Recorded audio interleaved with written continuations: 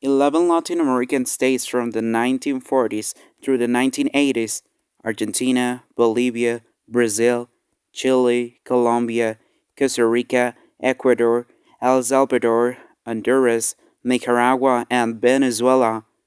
Each was allied with one another and with the United States via the 1947 Anti Communist Rio Treaty. Like other Latin American states, Mexico faced U.S. pressure to isolate Cuba diplomatically and confront the Castro government.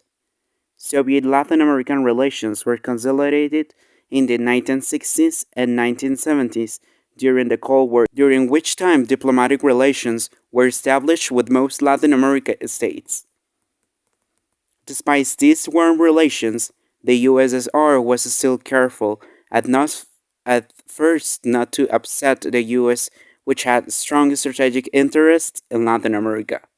Discussion changed into a deliberate strategy in the 1970s and 1980s as the US became more powerful, to promote anti Americanism and to challenge US hegemony in the region. China was particularly interested in Cuba's model of government, infiltrating through the wider region.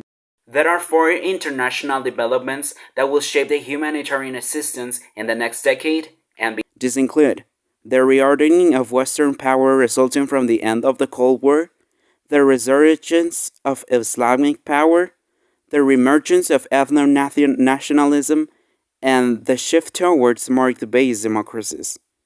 The Maastricht Treaty was formulated, creating the structure of the subsequent European Union.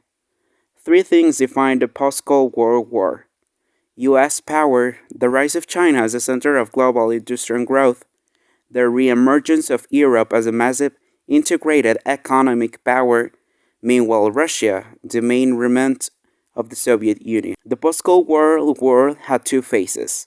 The first lasted from December 21st, 1991 until September 11, 2001.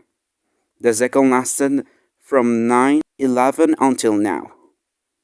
The initial phase of the post-Cold War world was built into two assumptions. The first assumption was that the United States was the dominant political and military power. The second phase still revolved around the three great powers: the USA, China, and Europe, but involved a major shift to the United States. Since 1991, China has replaced the USSR as the world's second largest power. The post-Cold War era created problems in Cuba, which, like North Korea, was reliant on Soviet Union support. The decline of socialism post-Cold War led to geopolitical changes, both in Europe and around the globe. In November 1990, 32 European nations, along with the US and Canada, signed the Paris Charter from a new Europe. This agreement facilitated greater consultation and collaboration between all European nations. It is viewed by some historians as a peace treaty that formally ended